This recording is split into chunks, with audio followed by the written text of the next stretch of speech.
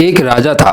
उसे हर घड़ी इस बात का डर लगा रहता था कि कहीं कोई दूसरा राजा उसके राज पर हमला करके उसे मार न डाले। वह सुरक्षा का उपाय सोचता, लेकिन उसकी समझ में कुछ भी नहीं आता। आखिर एक दिन अचानक उसे एक रास्ता सूझा। उसने सोचा कि एक ऐसा महल बनवाया जाए जो चारों ओर से बंद हो, ना उसमें रोशनदान हो, ना जंगले, ना उसमें दरवाजे हों, ना खिड़कियां, बस एक दरवाजा हो। ऐसे महल पर किसी का भी हमला कारगर नहीं होगा।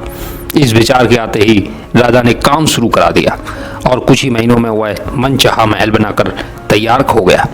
जिसने भी उस महल को देखा चकित रह गया। उसमें दुश्मन तो क्या, एक परिंदा तक नहीं आ सकता था। सबने राजा की बुद्धि की भूरी भूरी प्रशंसा की।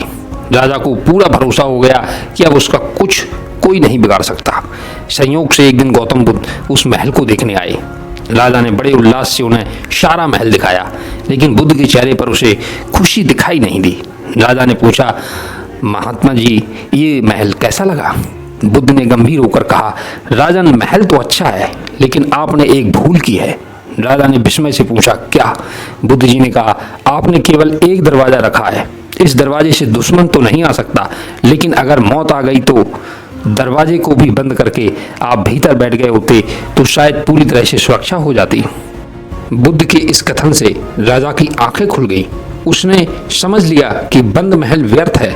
वह दुश्मन से तो बच सकता है, पर मौत से नहीं, जिसके लिए दरवाजे की भी जरूरत नहीं होती है, क्योंकि मौत जब आती है तो उसे दुनिया की कोई दीवार, कोई दरवाजा रोक नहीं सकती।